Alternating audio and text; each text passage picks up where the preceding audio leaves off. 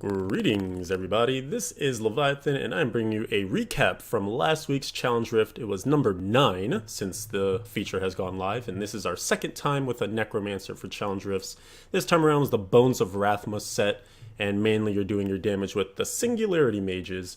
So I will go ahead and hop right into the video to show you what I did and how I got my time, which you saw probably in the little screen thing was the rank 3 time, 222. You can see that my previous best was a 223, and essentially the deal here is that you have Blood Rush for your movement, and there are Stewart's Greaves in the cubes, so you want to make sure that after you Blood Rush you're getting use out of the extra movement speed that you get after that Blood Rush. And ideally throughout the Rift you're just trying to make really good Skeletal Mages, because obviously Singularity uses up all your Essence, so you want to make sure that you've got a decent chunk of Essence going into each of your Mages, but you want to have good uptime on just having them out too, so that they're doing their damage as frequently and as many sourced as possible.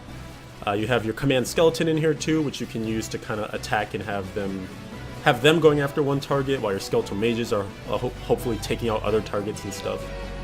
And so you can see here the strategy on the first floor is really to just, it feels like you're going out of your way to get to those pylons. We hit a power and we hit a speed, but they just, even though they seem far away from where we're trying to go, they actually give us a lot of progression, because we hit all the elites on this floor, but also the utility of actually having that added ability to one-shot stuff, and then of course the movement speed to get us through. Because as we continue to move quickly through this, right now we're gathering, you know, a bit of percent here by killing density, but we're still moving relatively quickly so that we keep our speed going.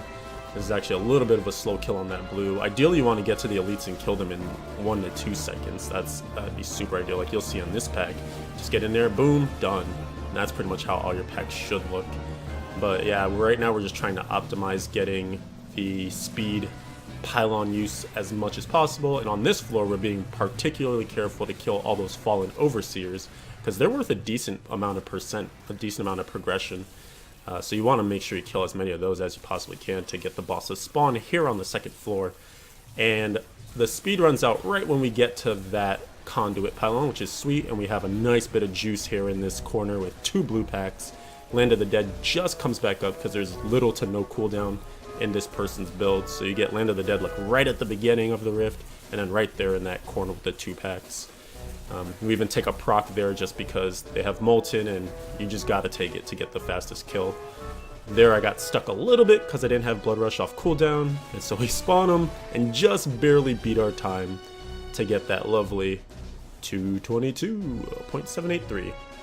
And I bring up the results and I see I got 3rd place, so that was more than good enough for me.